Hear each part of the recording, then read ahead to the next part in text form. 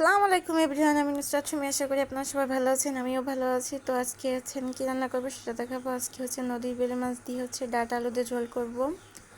তো তারপর কি যে মাছটাকে ভালো করে ভেজে নিয়েছি। ভাজাটা দেখাতে পারিনি পুরোপুরিভাবে, আসলে রমজান মাস অনেক ঝামেলা থাকে, যার জন্য ভিডিও আপলোড দিতে পারছি না। তো তারপর কি যে তো আমি মাছগুলো ভাজা হয়ে গেছে, এখন আমি ডাঁটাগুলো আর আলু দিয়ে লবণ হলুদ দিয়ে হালকা পরিমাণে কষানোর জন্য একটু পানি অ্যাড করে দেবো। তো তারপরে ঢাকনাতে ঢেকে দিয়েছিলাম। তারপরে এই তো ঝোলে ছেঁচিতে জাল উঠে গেছে, এখন আমি একটু নেড়ে চেড়ে দিয়ে আবারও ঢেকে দিব। তো রমজান মাসে আসলে ভিডিও ছাড়া হচ্ছে না।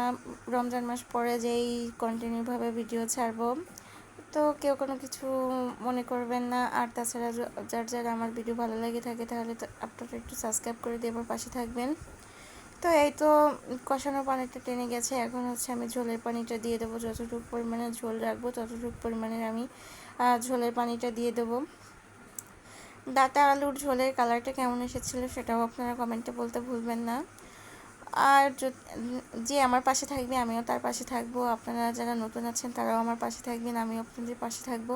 তো তারপর কি ঝোলে জাল উঠে গেছে, এখন আমি এক এক করে প্রত্যেকটা মাছ দিয়ে দেবো। সুন্দর করে মাছ দিয়ে বলক আসা পর্যন্ত, পুরোপুরি বলক আসলে যে ফোড়নটা ইউজ করব বাটা মশলাটা, সেই বাটা মশলাটা আমি দিয়ে দিলাম এখানে। আমি সবাই জানেন এখানে আমি পেঁয়াজ বেরেস্তা ব্যবহার করি। পেঁয়াজ বেরেস্তা আর জিরা দিয়ে আমি মশলা ইউজ করি। তো এইভাবে পাতলা ঝোল রান্না করে কে কে খান সেটাও কমেন্টে বলেন।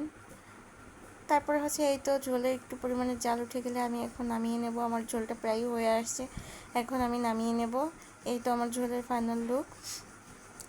আপনাদের কেমন লেগেছে সেটা জানিয়েন। যদি আমার ভিডিও ভালো লাগে থাকে তাহলে সাবস্ক্রাইব করে দিন।